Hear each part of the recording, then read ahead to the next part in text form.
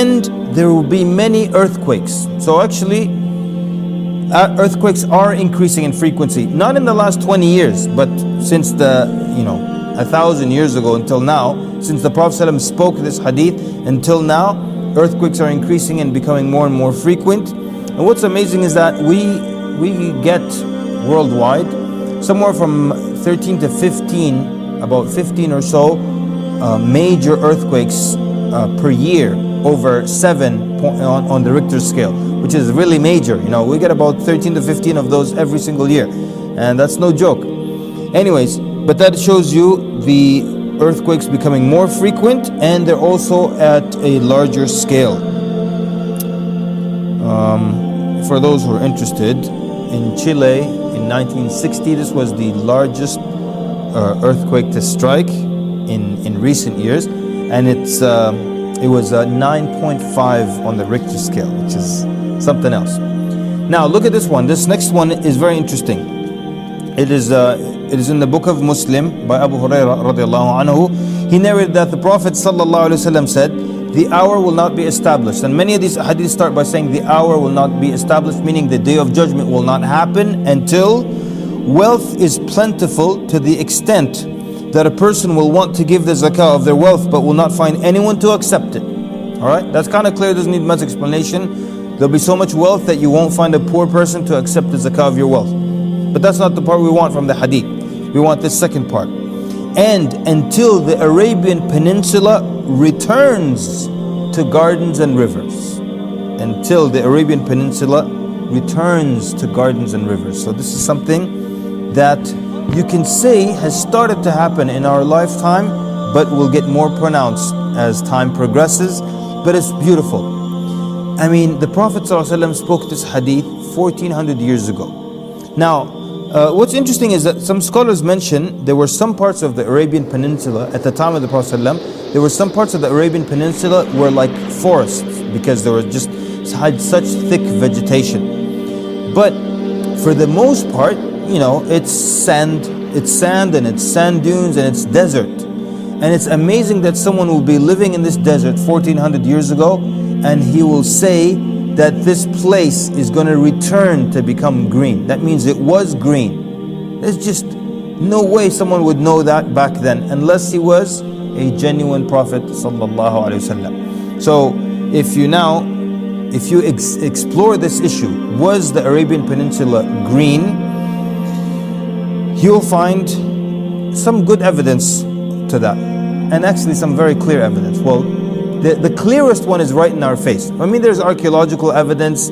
There's an elephant tusk that was found, that was like fossilized, found in the middle of the desert. And everyone knows elephants don't live in the desert, so that must have been an indication that a long time ago these elephants were living in this area that later on became a desert. So it must have been green, in a jungle and full of rivers. That's archaeological evidence. But the scientists argue the simplest evidence of all, and something that area is famous for, oil.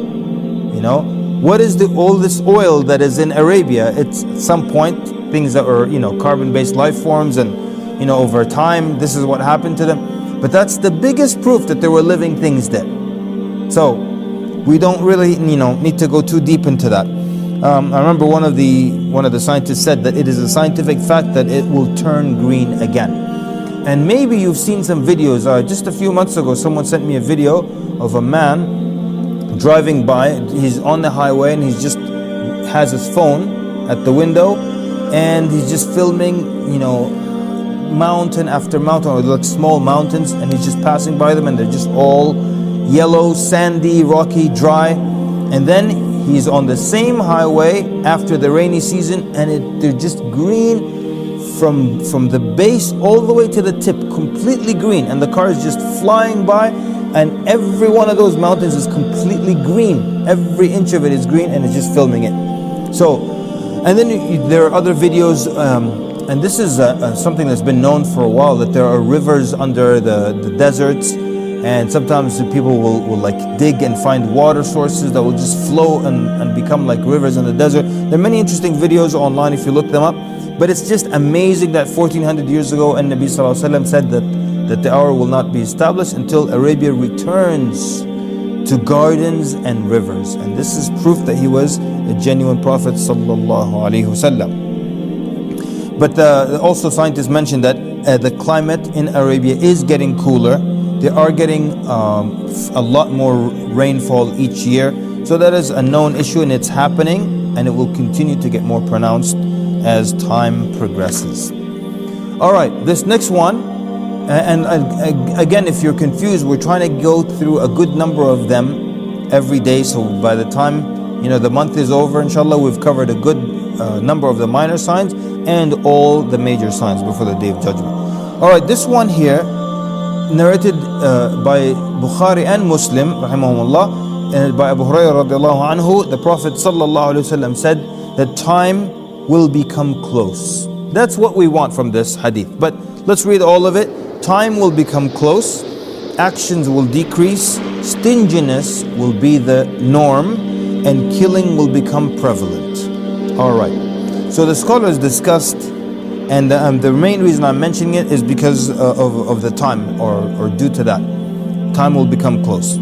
So some scholars said they took it literally that the day and night will have 24 hours, but it will be like a shorter 24 hours, or it will feel short, okay? And they mentioned that it will be literally here because Allah subhanahu wa ta'ala has the power and the capacity, the capability to expand and narrow time. Then it's interesting is they mention a hadith narrated by Abu Hurairah, and this is narrated by Tirmidhi as well, and Imam Ahmad rahimahullah, that the Prophet ﷺ said, the hour will not begin until time passes more quickly. Thus a year will be like a month, and a month like a week, and a week like a day like an hour, and an hour like a flash of fire. Meaning it just flares quickly and dies out. So some of them then took this explanation. That's the first explanation, that literally time will get shorter, get narrow. Then the other group of scholars said the closeness of time means there will be lack of blessing in time, that people will get less done in the same amount of time. And then as I say that, some of you probably experienced that in your lifetime, that you get less done in the same amount of time. How much can you get done in an hour, versus how much you used to get done in an hour? Allah subhanahu wa ta'ala a'lam. So that's one thing. And what's interesting is, as someone put it, it says we're inventing and creating all these devices that save you time. The washing machine saves you time, the dishwasher saves you time. All these things are faster and save you a lot more time, and you don't have to stand there. They're automated, they'll do it for you. But he says at the end, we have less and less time, just getting so busy. So that's the second explanation, that there will be less blessing in time, so you will get less done. It's the same 60 minutes, but you're getting less done in it. There's less blessing. Then others said that time will get close here, meaning lifespans will get shorter. And realistically, so far, all three of these explanations are very probable. Like, they all make sense, very plausible. So time will get closer, meaning your lifespan, or people's lifespans, will get shorter. And we saw the example of Nuh alayhi salam, who lived for 1,000 years, and now, very few people who survive or make it past 100 years. So the lifespans went from 1,000 years all the way to 100, and that's an explanation of time getting closer. That's the third one. The fourth one, the scholars said another explanation of this hadith is that there will be faster modes of transportation and communication. What does that have to do with time getting closer? Time will become close. Faster means of communication and transportation. So, for example, people used to measure distance by time, in the old days. So they would say, this place is 2 days, is a distance of 2 days away, 2 days journey. This place is a distance of 1 day's journey. And now, you don't do that anymore. And these distances that used to take a month or 2 or a week, we can now cover in a few hours. And so isn't that time becoming closer? Means of transportation, making time closer. It used to take me 2 months to get to this place. Now it takes me an hour and a half to get to that place. Isn't that time getting closer? That's one. And the other then, means of communication as well. If you look at how long a letter would take, if you're going to send a letter 1,000 years ago from Baghdad to Hijaz versus now, an email, and no matter how far, it's just there in a split second. So closeness of time, and this is a beautiful example of one of the signs before the Day of Judgment.